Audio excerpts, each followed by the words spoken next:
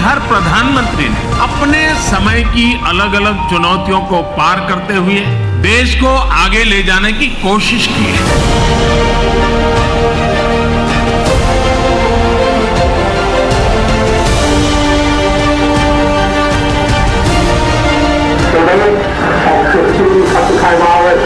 India conducted 3 underground nuclear tests in the Pokhran range.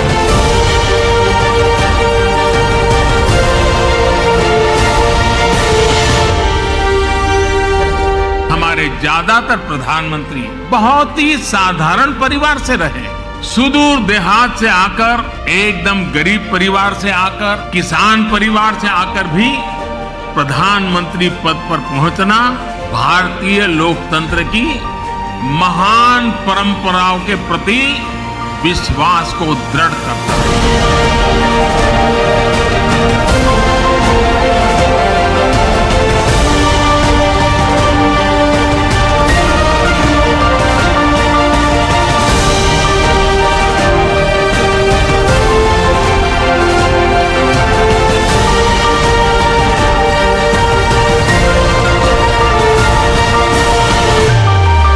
ये 75 साल का इस देश का जो सफर रहा है and the progress of India, इसको आप देखने को मिलते हैं।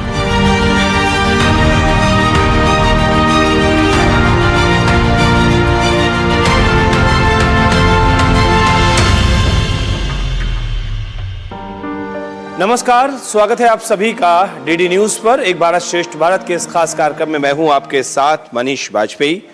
अगर भारत का संविधान भारत की आत्मा है तो आज जिस जगह पर यहाँ पर मैं मौजूद हूँ, यहाँ पर मुझे पूरा भारत दिख रहा है। और ख़ास तौर से जिस तरह से भारत के नेतृत्व में विविधता रही है, जिस तरह से भारत ने नित्य नए तरक्की के सोपान, प्रगति के सोपान चढ़े हैं, वो सब कुछ हमें यहाँ पर दिखाई पड़ता है। या यूँ कह लें कि पिछले 75 सालों में जो भारत की प्रगति यात्रा है, उसके एक एक कदम, एक एक क्षण की ये इमारत, ये संग्रहालय गवाही दे रहा है। जी हाँ, हम बात कर रहे हैं आज अपने इस खास कार्यक्रम में प्रधानमंत्री संग्रहालय की। और यहाँ पर जो विविधता देखने को मिल रही है, यही है एक भारत श्रेष्ठ भारत की ताकत। तो चलिए शुरू करते हैं अपनी आज की यात्रा।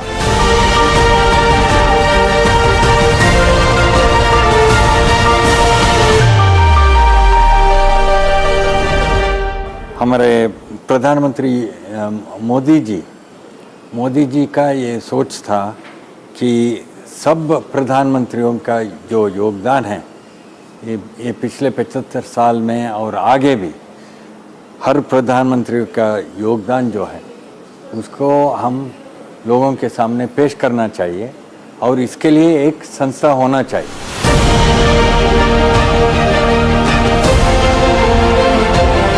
ये मेरा सौभाग्य है कि आज मुझे प्रधानमंत्री संग्रहालय देश को समर्पित करने का अवसर मिला है। ऐसे समय में जब देश अपनी आजादी के 75 वर्ष का पर्व, आजादी का अमृत महोत्सव मना रहा है, तब ये म्यूजियम एक भव्य प्रेरणा बनकर आया है।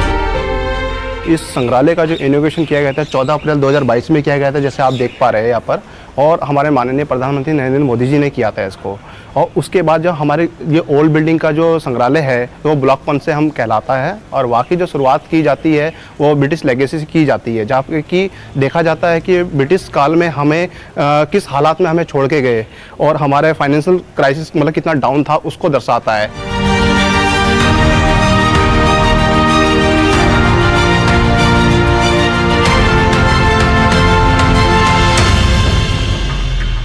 1947 से अब तक we have had 15 prime ministers और 14 प्रधानमंत्रियों का गैलरी तैयार है। मोदी जी का गैलरी अब तैयार नहीं है, काम चल रहा है।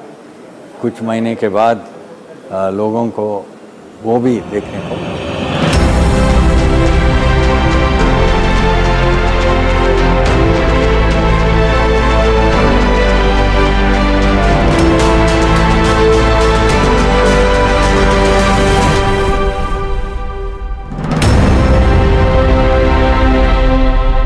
भारत के द्वितीय प्रधानमंत्री श्रीमान लाल बहादुर शास्त्री जी की गैलरी के बाद में, भारत की तीसरी प्रधानमंत्री श्रीमती इंदिरा गांधी की गैलरी के होने के बाद में अब इस समय मैं प्रवेश कर रहा हूं मोरारजी देसाई जी की गैलरी में। और इस गैलरी में मोरारजी देसाई के बारे में यहाँ पर सब कुछ बताया गया, उनके जीवन के बारे में, उनकी सरकार के कार्यकाल में जो महत्वपूर्ण फैसले हुए, व्यक्तिगत जीवन भी और उनका और राजनीतिक जीवन भी, इस सब चीज़ों के बारे में यहाँ पर बताया गया है। और निश्चित तौर पर इस संग्रहालय में आने के बाद में वो तमाम चीज़ें जो अब तक मुझे भी नहीं पता थी वो यहाँ पर पता चल रही है। इस देश के निर्माण में, प्रगति के सोपान में मैं ये समझ पा रहा हूँ कि जो जैसे कहते हैं ना कि एक एक कदम से एक बड़ा फासला आप तय करते हैं और एक एक बूंद से समंदर भरता है। इसी तरीके से हर किसी के अपने अपने प्रयास, उनके अपने अपने जिस तरीके से उन्होंने संघर्ष किया, उस तरीके से हमारे भारत की बुनियाद न केवल मजबूत हुई बल्कि उसी मजबूत बुनियाद पर विकास की यात्रा जो आगे चली वो आज भी चल रही है। अब यहाँ पर हम मोरारजी देसाई की गैलरी के बाद में ये जो जाते हैं, इधर ये चौधरी चरण सिंह की गैलरी है, तो हम इस तरफ प्रवेश कर रहे हैं और उसके बाद में हम लगातार आगे बढ़ेंगे।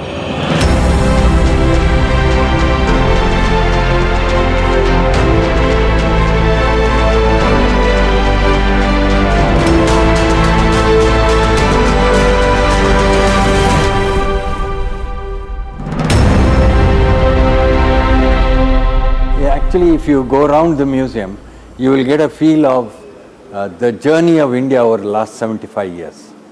पिछले 75 साल क्या प्रगति हुआ है, शुरुआत कहाँ था। अब ब्रिटिश लेगेसी बोल के एक रूम में वो एक वीडियो है, आप वहाँ देखें तो 200 साल पहले भारत के जीडीपी और 25% of the global GDP Bharat का। आखिर में when the British left India, it had become 1.5%. तो ये सब जो इंफॉर्मेशन जो है लोगों को बहुत सारे मिलता है। दूसरी बात, if you look at the Nehru museum, Nehru part जो गैलरीज है, वो नेहरू जी के 17 साल में बहुत जो काम हुआ है, he used to say the temples of modern India, Nagarjuna Sagar dam, Hirakud dam, planning commission, IITs का स्थापना हुई, ये सब आपको नेहरू सेक्शन में देखने को मिलता है। उसके बाद गुलजारी लाल नंदा जी जो हमारा 2 बार छोटे छोटे समय के लिए वो प्रधानमंत्री था, और लाल बहादुर शास्त्री और अन्य प्रधानमंत्रियों का जो भी उनके कार्यकाल में जो काम हुआ है, ये सब आपको यहाँ देखने को मिलता है।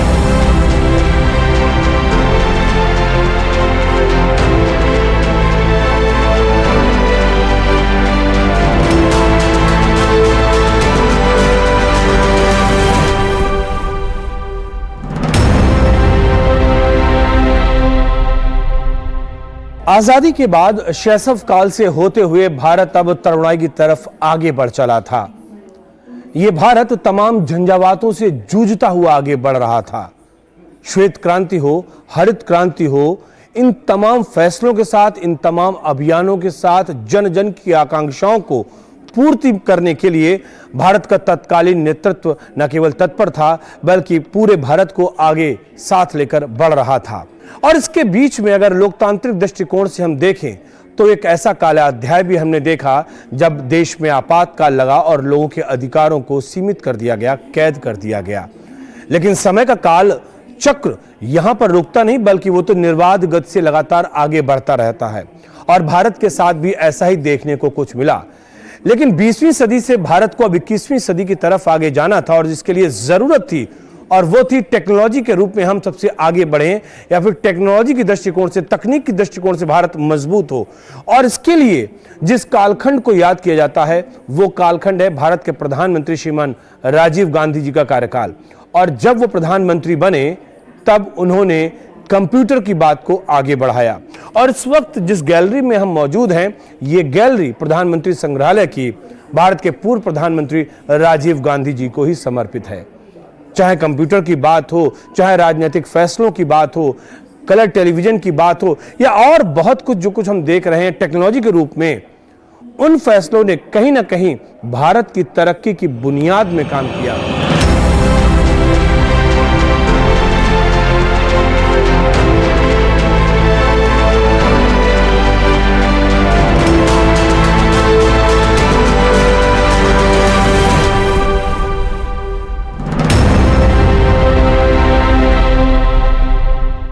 तकनीक का सहारा कितना अच्छा होता है ये वाकई यहाँ पर आने पर पता चल रहा है, क्योंकि लगातार बहुत सारे दर्शक, बहुत सारे पर्यटक यहाँ पर आते रहते हैं और माननीय प्रधानमंत्री जी के साथ में एक सेल्फी खिंचाना चाहते हैं। अब उनकी तो व्यस्तता बहुत ज़्यादा है, उनका आना तो संभव नहीं है, लेकिन ये तकनीक है कि माननीय प्रधानमंत्री जी के साथ में आप यहाँ पर बैठकर सेल्फी ले सकते हैं। और जब वो सेल्फी आपके पास में होती है तो आप भी अपने आप को किसी VIP से कम नहीं समझते। तो ये सारी चीज़ें हमें यहाँ पर देखने को मिल रही हैं।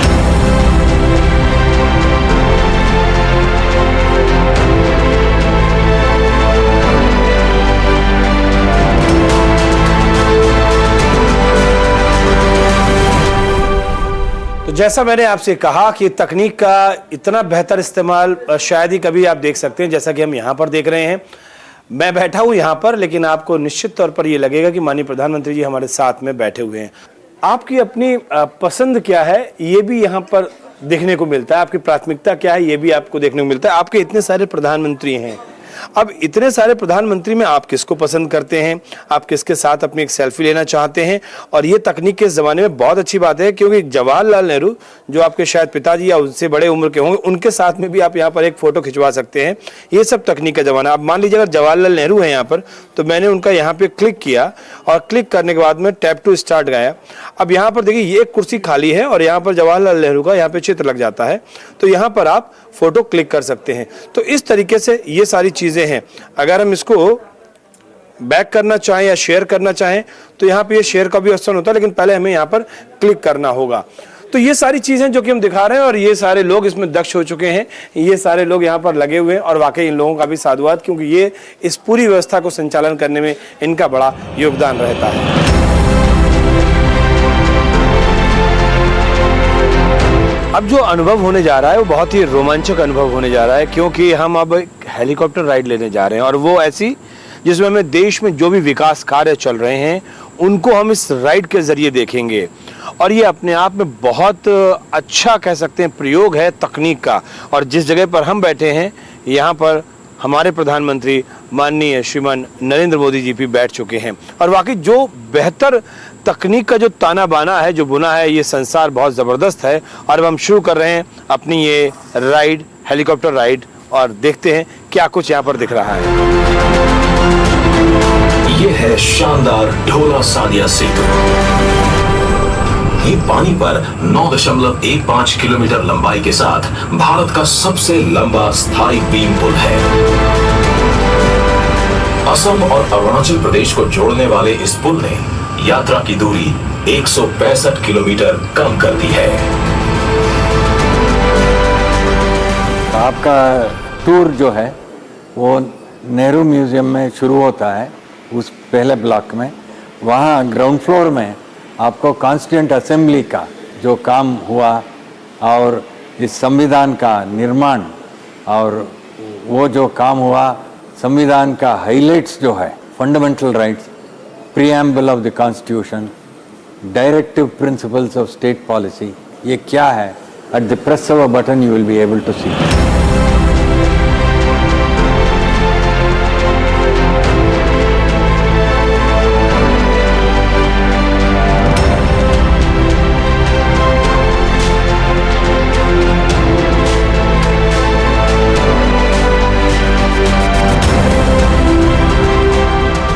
हमारा सब ऑफिशियल भाषाएं जो है 8th शेड्यूल में, हर एक भाषा में आपको ये हमारे भारत के संविधान को आप पढ़ सकते हैं।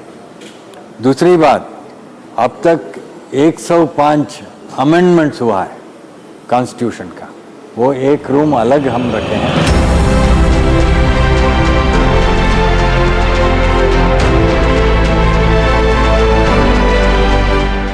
ये अपने आप में कितना खूबसूरत एहसास होता है कि आप वर्तमान में जी रहे होते हैं, लेकिन आपको अतीत के भी दर्शन हो और आप देखते हैं कि किस तरीके से भारत ने निरंतर तरक्की की है, प्रगति की है। और कहीं ना कहीं इन सबको देखते हुए हमें भी अपनी यादों से कह सकते हैं गुजरना पड़ा, क्योंकि हमारी यादों में जो जो प्रधानमंत्री रहे हैं और उनके कार्यकाल को हमने देखा है, तो निश्चित तौर पर एक बहुत अच्छा सुखद अनुभूति होती है। एक छोटा सा ब्रेक यहां पर लेते हैं और ब्रेक के बाद तुरंत लौट कर आएंगे। कहीं जाइएगा मत, क्योंकि ये सफर अभी लगातार चल रहा है।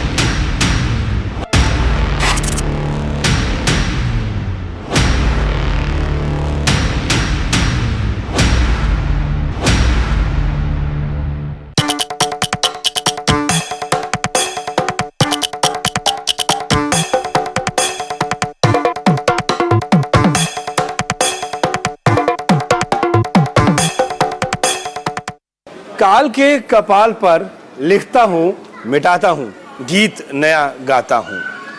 ऐसी न जाने कितनी कविताएं हैं जो कि आपके रोम रोम में सिहरन पैदा कर देती हैं। कवि गुरु, कवि शिरोमणि कह सकते हैं इनको, श्रीमान अटल बिहारी वाजपेयी। वाकई ब्रेक के बाद एक बार फिर से आप सभी का स्वागत है डीडी न्यूज पर। आप देख रहे हैं एक भारत श्रेष्ठ भारत और मैं हूं आपके साथ मनीष वाजपेयी। और यही तो देश की सुंदरता है। कई सारे प्रधानमंत्री हुए हैं इस देश में। कोई कर्नाटक का नेतृत्व करता रहा है, कोई पंजाब से आता है, कोई उत्तर प्रदेश से आता है, तो अभी वर्तमान में हमारे प्रधानमंत्री श्रीमान नरेंद्र मोदी जी गुजरात का प्रतिनिधित्व कर रहे हैं। और ये भारत की विविधता ही है जिसमें एक भारत श्रेष्ठ भारत की सुगंध आती है, और इस सुगंध को हम भी महसूस कर रहे हैं और ये सुगंध आपको भी आनंदित करती है। तो चलिए एक बार फिर से शुरू करते हैं अपनी ये यात्रा।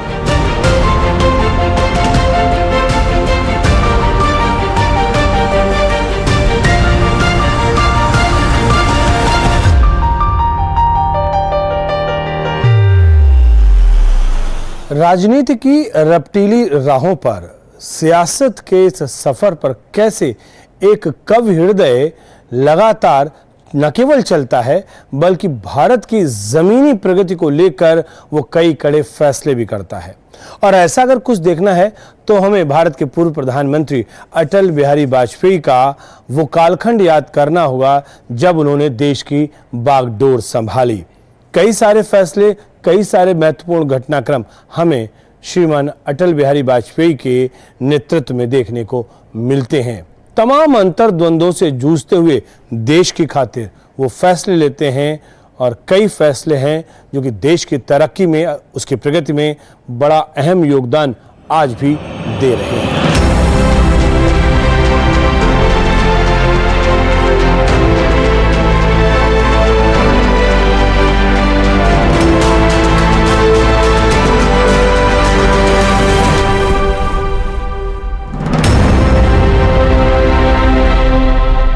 माननीय अटल बिहारी वाजपेयी के जीवन से संबंधित जुड़ी हुई बहुत सारी चीज़ें हम यहाँ पर गैलरी में देखते हैं।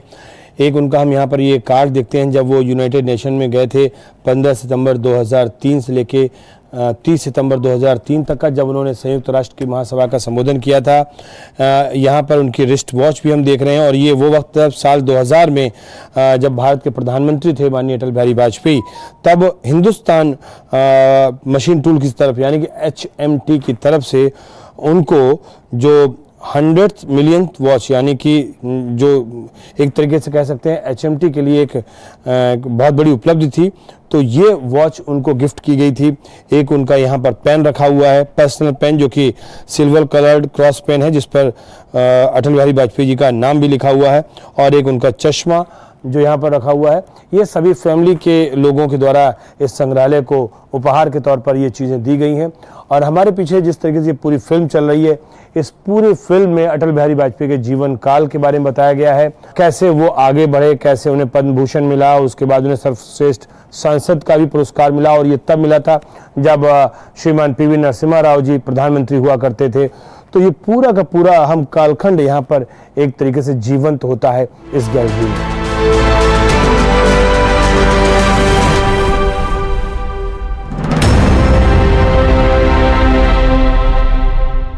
15 प्रधानमंत्री, आप जवाहरलाल नेहरू से लेकर लाल बहादुर शास्त्री, पीवी नरसिम्हा राव जो आंध्र प्रदेश से थे, देवेगौड़ा जी जो कर्नाटक से, अब मोदी जी गुजरात से, डॉक्टर मनमोहन सिंह पंजाब, ये डाइवर्सिटी, ये मैं हर एक यहाँ विजिटर्स जो आते हैं बात करते हैं, मैं उनको कहता हूँ there is no nation which is as diverse as India and there is no nation which is as democratic as India. हमारे country is a diverse country as you all know, so यहाँ पे हमें diversity देखने को मिली। Like जब हम अंदर गए then we get to know like हर स्टेट से हमारे प्रधानमंत्री आए हैं।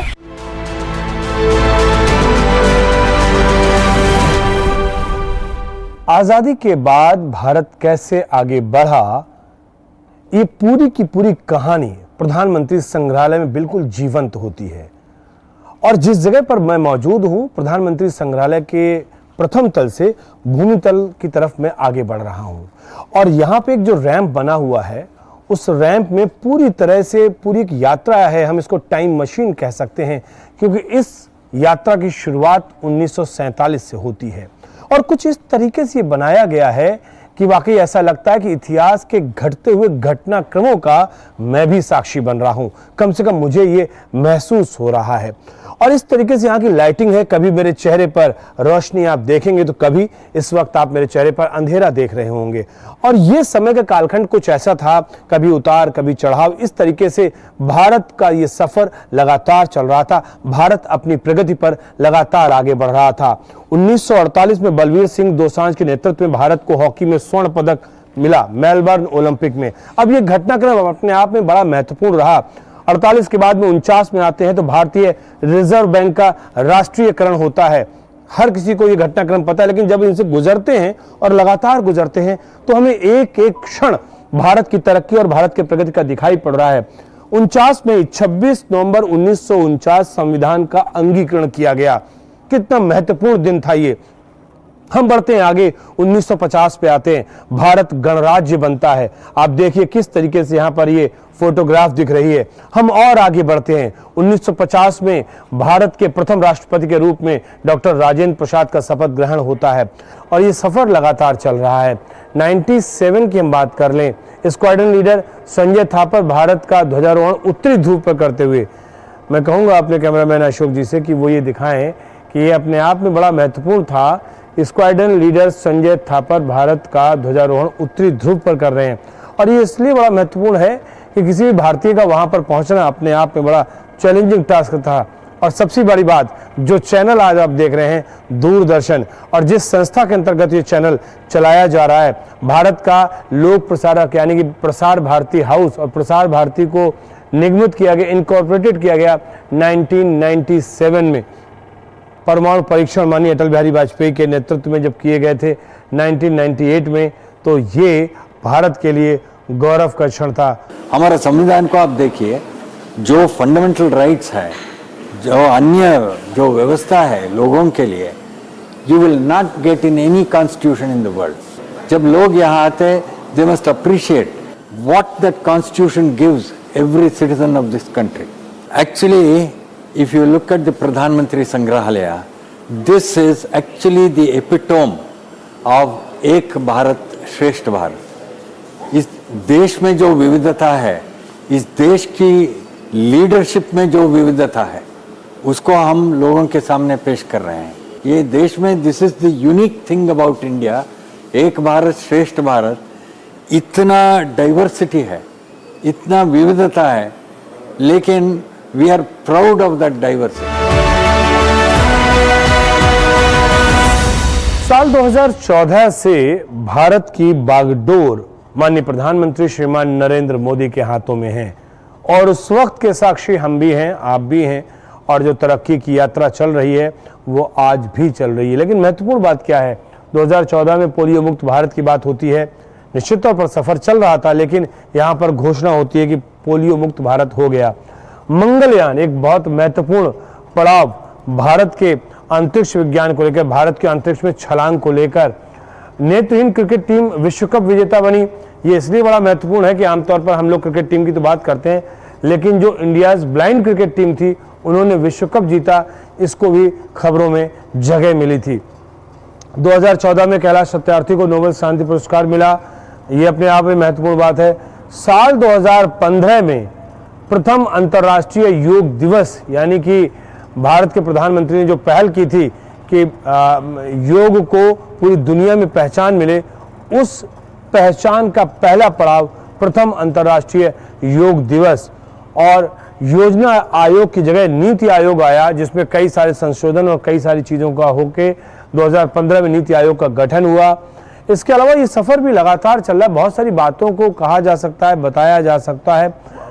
वायुसेना में खासतौर से महिला शक्ति को देखते हुए महिला लड़ाकू पायलटों का पहला बैच 2016 में, यानी कि इनको यहाँ पर इंडक्ट किया जाता है, और ये महिलाओं के दृष्टिकोण से उनकी शक्ति को पहचानने के लिए, उनको बराबरी का दर्जा देने के लिए ये एक महत्वपूर्ण कदम माना जाता है, और ये सफर आज भी चल रहा है।